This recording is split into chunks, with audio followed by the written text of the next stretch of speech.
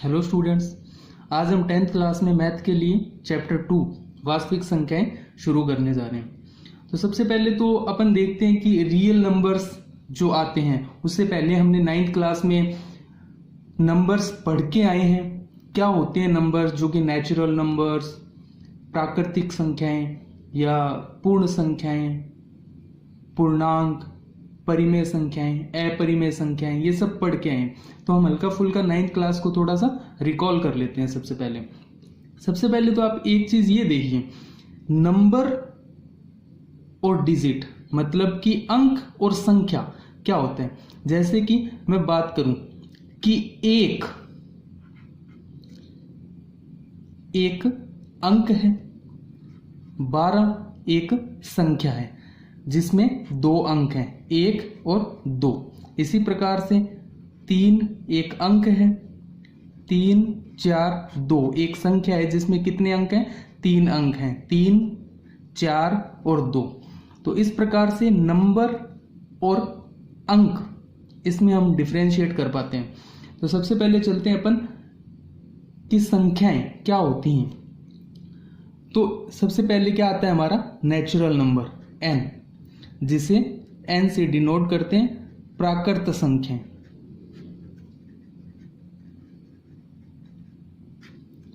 प्राकृत संख्याएं देखो नाम से स्पष्ट हो रहा है।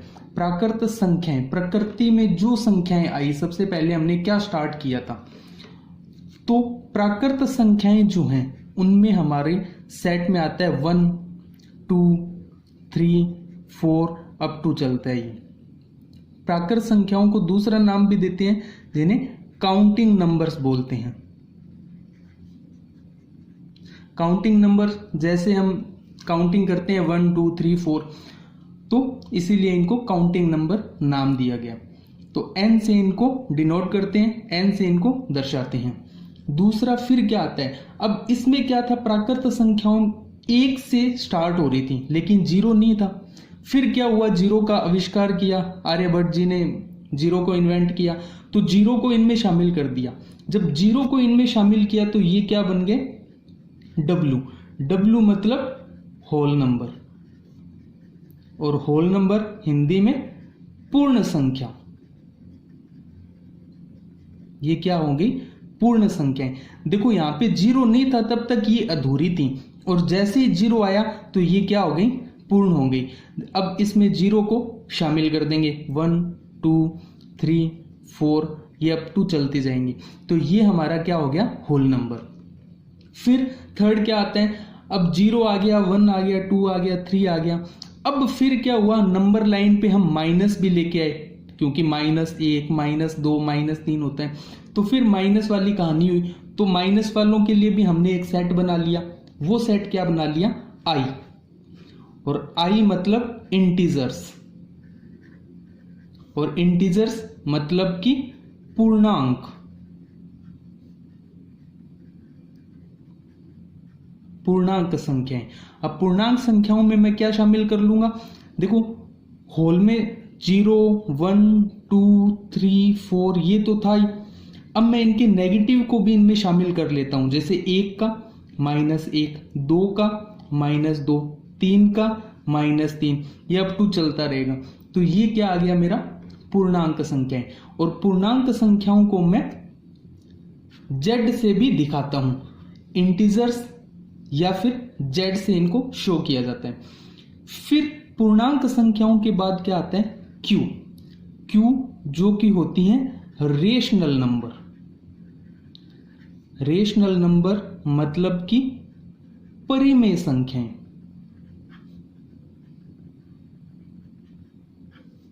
परिमेय संख्याओं में क्या आ जाएगा, ऐसी संख्याएं जिन्हें हम p/q के रूप में व्यक्त कर सकें, मतलब जिनको p/q के रूप में व्यक्त कर सकें। और यहां पे q 0 नहीं हो सकता, q यहां पे 0 नहीं हो सकता, क्योंकि जैसे बटा में 0 आता है तो ये क्या बन जाएगा, अनंत बन जाएगा। तो अनंत परिमेय संख्या में शामिल नहीं किया जाता, इसलिए यहां पे q नॉट इक्वल्स टू 0 होता है। और p और q यहां पे क्या है, पूर्णांक है। P और Q यहाँ पे पूर्णांक है, जो कि यहां से उठा सकते हैं हम कुछ भी। फिर Q के बाद में क्या आता है, R माइनस क्यू, क्योंकि ये तो परिमेय संख्या है। अब अपरिमेय संख्याएं देखो, R माइनस क्यू क्यों आता है ये भी देखेंगे अपन। अब ये क्या हो जाएंगी, इर्रेशनल, मतलब कि अपरिमेय संख्याएं।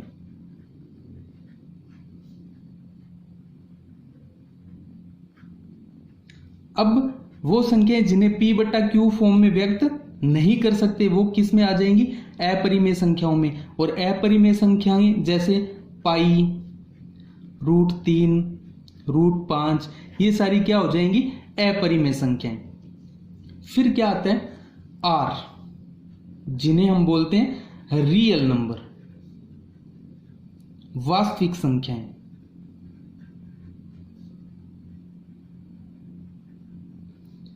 वास्तविक संख्याएं क्या हो जाएंगी हमारी, वास्तविक संख्याओं में रेशनल और इरेशनल, मतलब परिमेय और अपरिमेय दोनों आ जाती हैं।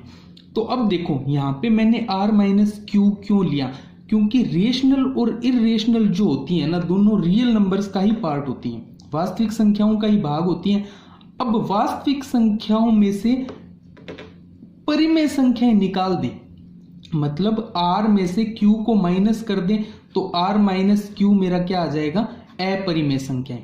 तो ये जो हम 9th क्लास में पढ़ के आए थे, और ये R रियल नंबर्स जो आए हैं, इनको हम अब 10th क्लास में आगे डिस्कस करेंगे। इन पे जो भी विभाजन प्रमेय का, यूक्लिड विभाजन प्रमेय का जो भी लग रही हैं, उनको हम डिस्कस करेंगे आगे। तो अब हम देखते हैं यूक्लिड विभाजन प्रमेय का। यूक्लिड विभाजन प्रमेय का क्या कहती है, इसको समझने से पहले हम कुछ साधारण से बिंदुओं पर विचार करते हैं।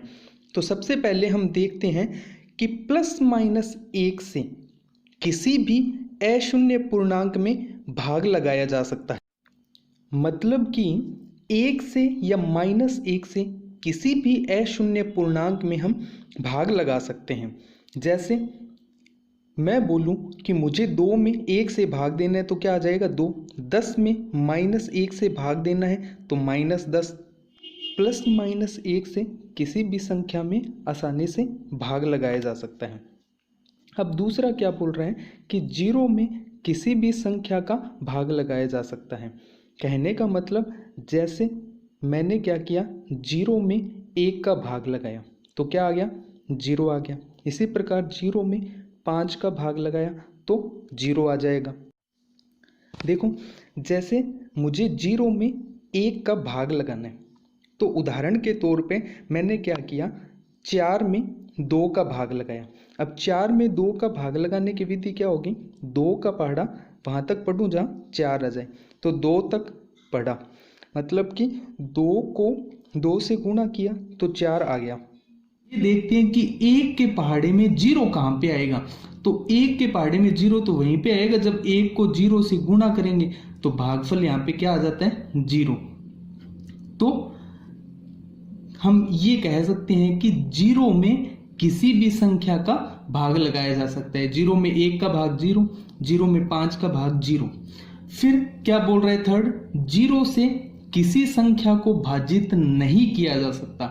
ये देखो क्यों नहीं किया जा सकता, क्योंकि 5/0 में अगर करता हूं तो ये भाग नहीं जाता, क्या आ जाता है, अनंत आ जाता है। 10/0 भाग नहीं जाता, अनंत आ जाता है।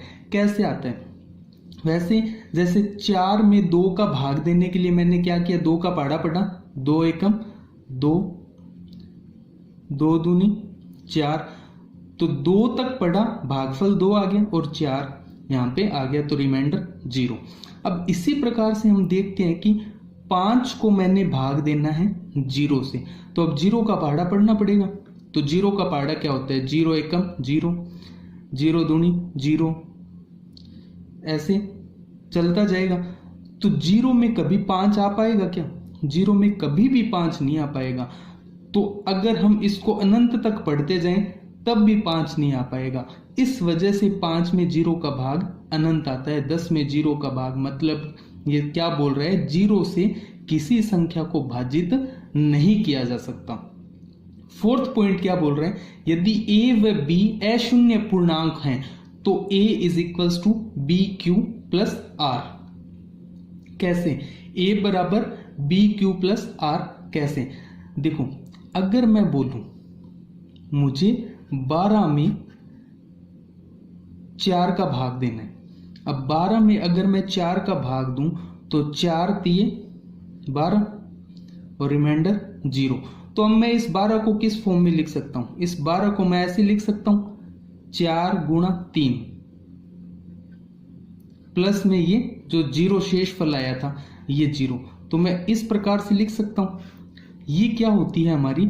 ये होती है शेषफल प्रमेय, जिसे हम रिमाइंडर थ्योरम बोलते हैं, शेषफल प्रमेय। तो यही वो बोल रहे हैं कि A is equals to B Q plus R. कहने का मतलब कि जब मैंने A को B से भाग दिया, A को B से भाग दिया, तो भागफल क्या आया? Q। भागफल क्या आया? Q। और भाग देने पे यहां पे जो कुछ भी आया उसके बाद में रिमाइंडर क्या बचा? R, मतलब जो कि शेषफल। ये R मेरा क्या? शेषफल। अब देखो ये A जिस आगे देखते हैं हम। जैसे मैंने 56 को भाग देना है 16 से, मैंने क्या किया? 56 को भाग दिया 16 से। अब 16 को सब 56 से भाग दूंगा तो कितने पे जाएगा? 3 पे 48। ठीक है, उसके बाद में यहां पे कितना आ जाएगा मेरा? 8। तो अगर मैं 56 को इस फॉर्म में लिखूं, अगर मैं 56 को ऐसे लिखूं 16 गुणा 3 प्लस 8, क्योंकि वही शेषफल पर में क्या थी?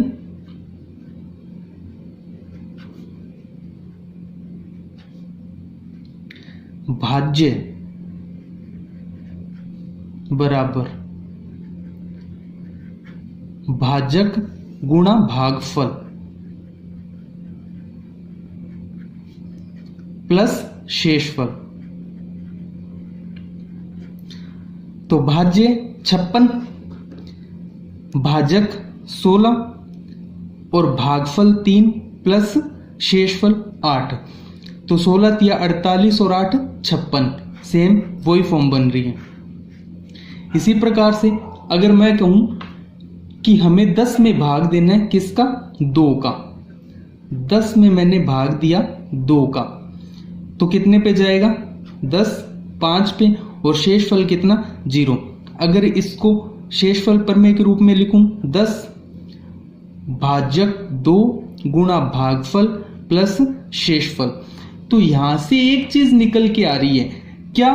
कि हमने पहले किस फॉर्म में लिखा था इसको? A बराबर बी क्यू प्लस आर। भाज्य भाजक भागफल शेषफल।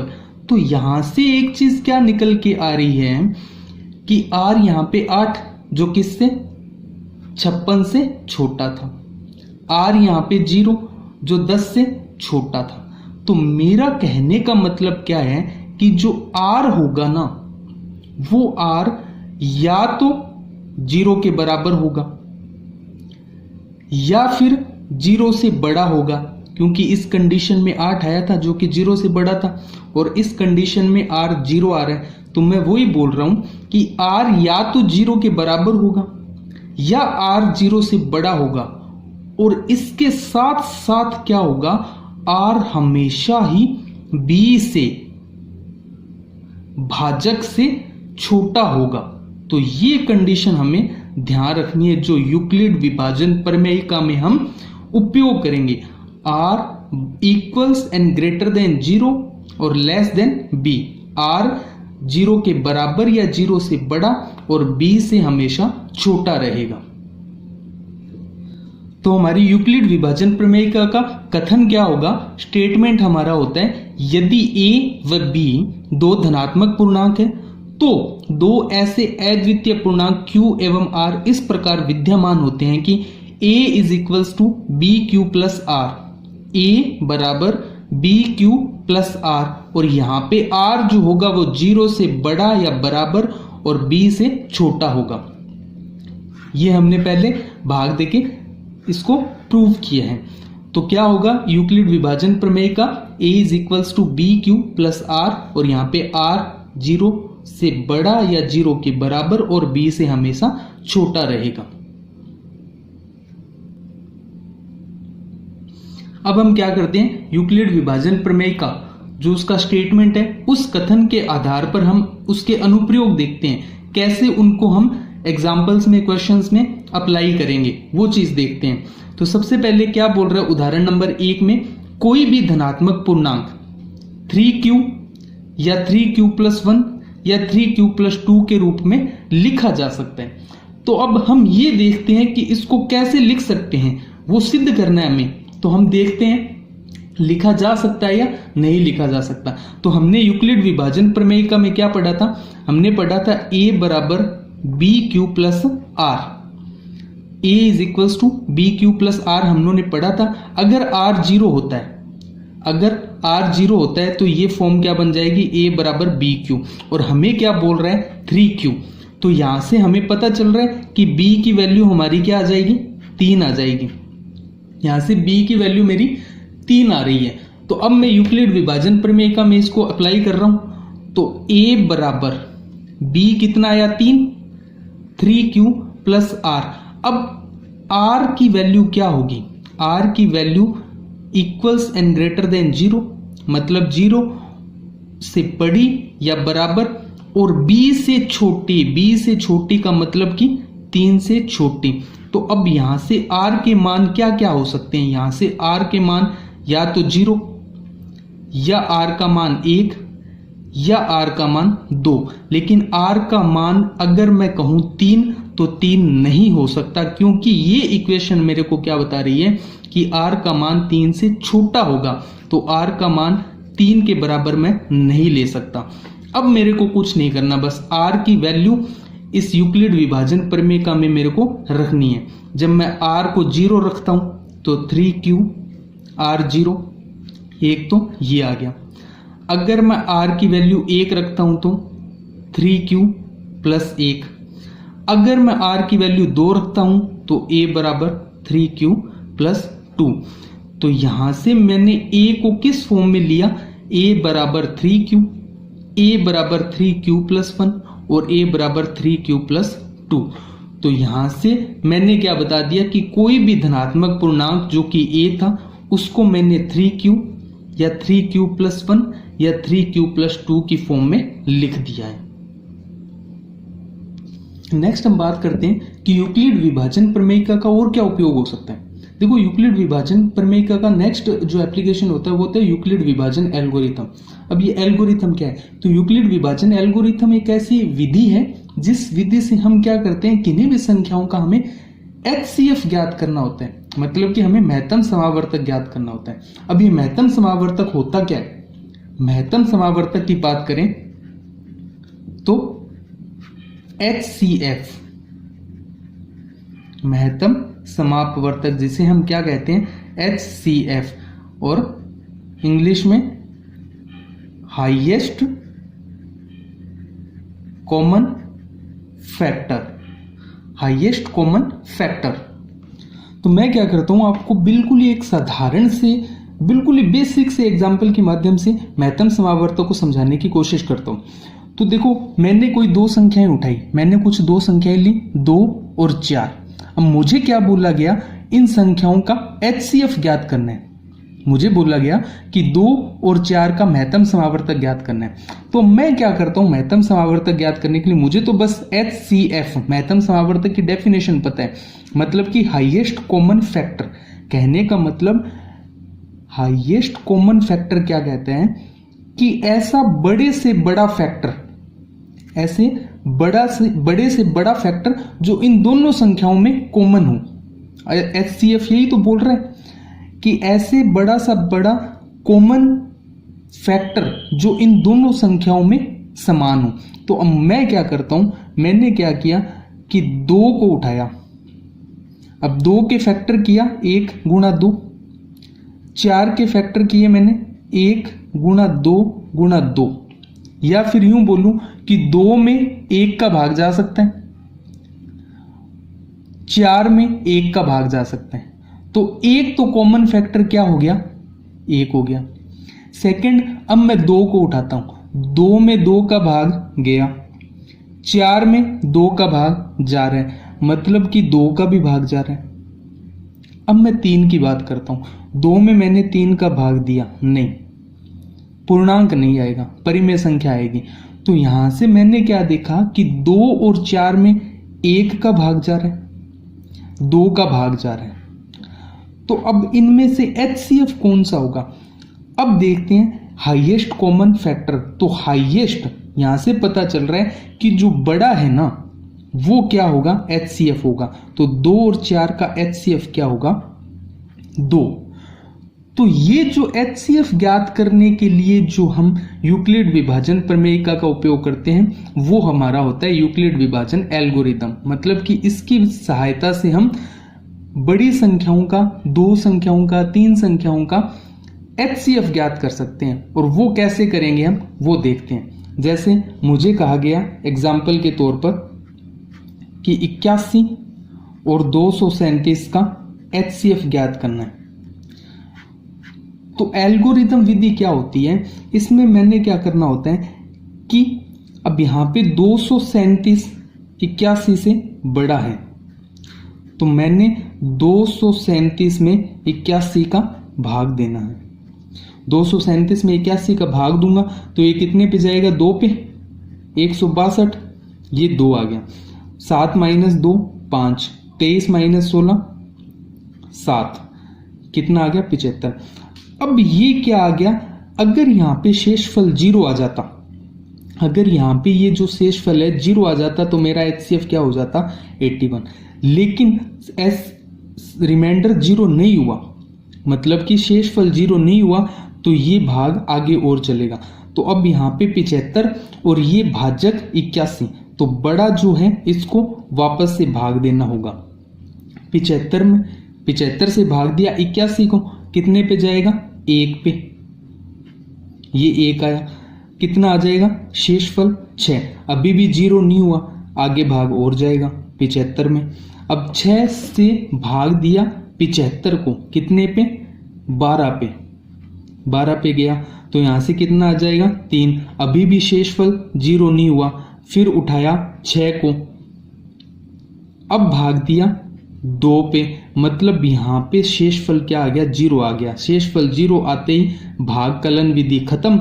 और यहां से जो अंतिम पद, इस अंतिम पद में जो भाजक होता है, जहां से मेरा शेषफल 0 आ जाता है, वही मेरा क्या होता है, HCF। तो HCF ज्ञात करने के लिए हम यूक्लिड विभाजन एल्गोरिदम का उपयोग करते हैं।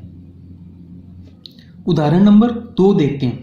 किसी परेड में 616 सदस्यों वाली एक सेना की टुकड़ी को 32 सदस्यों वाले एक आर्मी बैंड के पीछे मार्च करना है। दोनों समूहों को समान संख्या वाले स्तंभों में मार्च करना है। स्तंभों की अधिकतम संख्या ज्ञात करो। देखो, इसको भी हम एक बिल्कुल बेसिक से एग्जांपल, वही 2 और 4 का जो HCF हमने फाइंड आउट किया था उसके बेस पे समझने की कोशिश करते हैं। तो मैंने क्या किया था, 2 और दूसरा 4, इनका HCF लिया था, कितना आया था, ये HCF आया था 2। अब देखते हैं वो क्या बोल रहे हैं। मैं क्या कहता हूं यहां पे कि 4 सदस्यों वाली एक सेना की टुकड़ी को ना 2 सदस्यों वाले आर्मी बैंड के पीछे जाना है। 4 सदस्यों वाली सेना है और आर्मी बैंड में 2 लोग हैं, तो इनको ना क्या करना है, एक समूह बनाना है, मतलब स्तंभों में चलना है और इनके पीछे ही इनको चलाना है। तो इनकी कंडीशन क्या हो सकती है, इनकी कंडीशन क्या होगी कि ये 2 बंदे हैं, ऐसे चलें इस लाइन में, और इनके पीछे ये सेना के जवान चलें ऐसे। तो एक कंडीशन तो ये होगी, या फिर मैं क्या बोलूं कि ये आर्मी बैंड वाले 2 ऐसे कॉलम बना के चलें। ये तो एक ही स्तंभ हो गया, ये आर्मी बैंड वालों ने 2 स्तंभ बना लिए। अब वो क्या बोल रहा है कि दोनों समूहों को समान संख्या वाले स्तंभों में मार्च करना है और इनके पीछे ही मार्च करना है। तो ये आर्मी बैंड, इनके पीछे सेना की टुकड़ी को चला दूं मैं, ये चला दिए 2 बंदे, फिर ये चले गए 2 बंदे, ये 2 हो गए, ये 4 हो गए। तो अब देखो HCF ही क्यों ज्ञात करना, क्योंकि यहां पे क्या हुआ, अधिकतम 1 का भी बन रहा था पीछे पीछे मार्च करने पे और 2 का भी बन रहा है, और अधिकतम जो हमारा होता है वो ही HCF होते हैं। तो यहां से हमने HCF निकाला था 2, और सेम उसी उदाहरण के तौर पे समझें तो यहां से भी HCF इसका कितना आ रहा है, 2। तो अब इस उदाहरण से हमें पता चल रहा है कि हमें क्या निकालना है, यहाँ पे हमें HCF ही ज्ञात करना है इसका। 616 सदस्यों वाली एक सेना की टुकड़ी को 32 सदस्यों वाले आर्मी बैंड के पीछे पीछे मार्च करवाना है हमें, तो हम क्या करेंगे, यहाँ से इसका HCF ज्ञात करेंगे। और HCF ज्ञात करने के लिए हमने पहले देख ली एल्गोरिदम विधि। अब हम क्या करते हैं, उसी एल्गोरिदम विधि से 616 और 32 का HCF ज्ञात करते हैं। तो 616 क्या है, ग्रेटर देन 32, 616 बड़ा है 32 से, तो 616 में मैंने क्या किया, 32 का भाग दिया। अब 616 में 32 का भाग दूंगा तो ये कितने पे जाएगा, 19 पे। यहां से कितना आ जाएगा, 608, ये आ गया 608। तो यहां से कितना बचेगा, शेषफल आ जाएगा, 16 में से 8 गए 8, और ये तो 8 मेरा शेषफल आ गया। मतलब अभी शेषफल 0 नहीं हुआ, तो अभी ये प्रक्रिया आगे और चलेगी एल्गोरिथम वाली। तो 8 इस भाज्य को यहाँ पे लेके आए 32, अब इसमें भाग दिया तो ये 32 पे पूरा पूरा गया, शेषफल 0, मतलब कि यहाँ पे अब शेषफल 0 आ गया। तो ये वाला जो है वो मेरा क्या आ जाएगा, HCF। तो 616 सदस्यों वाली सेना की टुकड़ी को 32 सदस्यों वाले आर्मी बैंड के पीछे चलाना है, तो अधिकतम जो स्तंभ बनेंगे, अधिकतम जो मार्च के लिए स्तंभ बनेंगे वो कितने बनेंगे मेरे, 8, क्योंकि 616 और 32 का HCF कितना, 8। तो यही इसका आंसर हो जाएगा। अब उदाहरण नंबर 3 देखते हैं। वह सबसे बड़ी संख्या ज्ञात कीजिए जो 245 व 2053 को इस प्रकार विभाजित करती है कि प्रत्येक स्थिति में शेषफल 5 प्राप्त हो। तो इसके सॉल्यूशन को देखते हैं।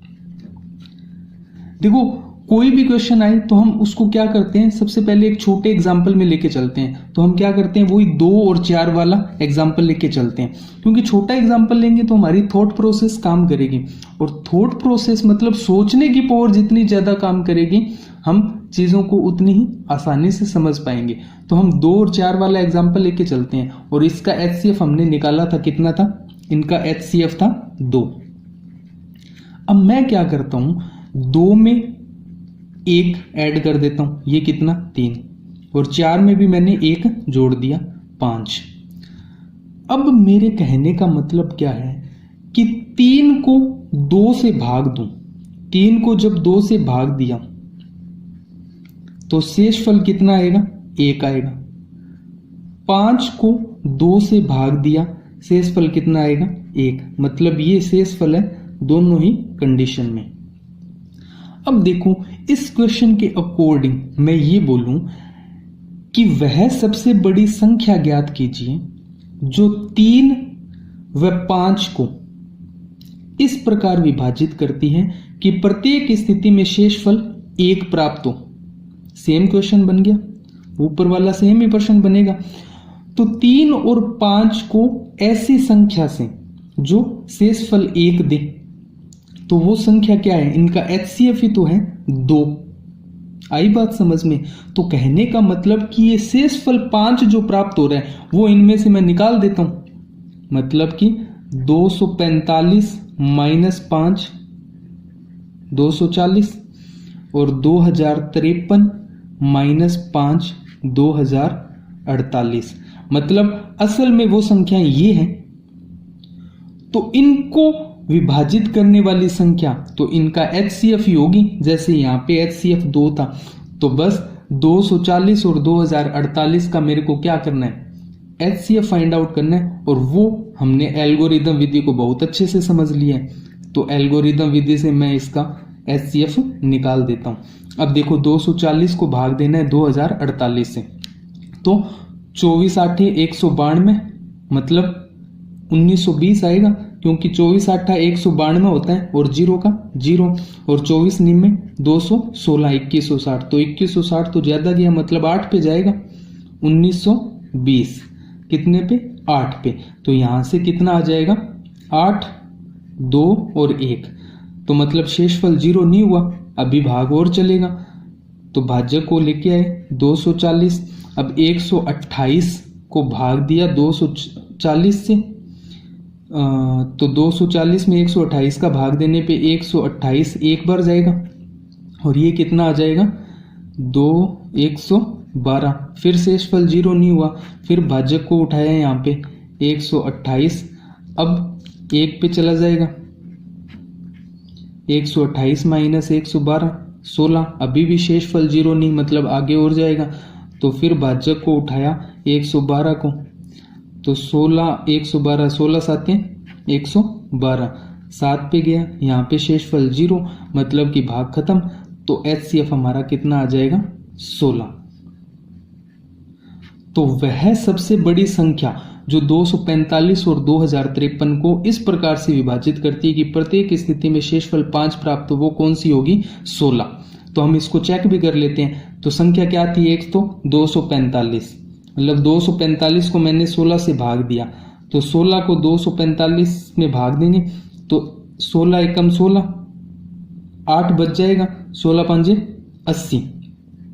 तो यहां से कितना बच गया, देखो इस प्रकार से भाग देके देखो, 245 को 16 से भाग दिया तो 16 एकम 16, 8 85 और 16 पंजे 80। तो यहां से 5 शेषफल आ गया और वही बोल रहा था 5 प्राप्त हो। अब 2053 को भाग और देके देखो, 2053 को भाग दिया मैंने 16 से, तो 16 एकम 16, 4 5 16 32, 2 पे गया, 5 में से 2 गए 3, 1 और ये 33।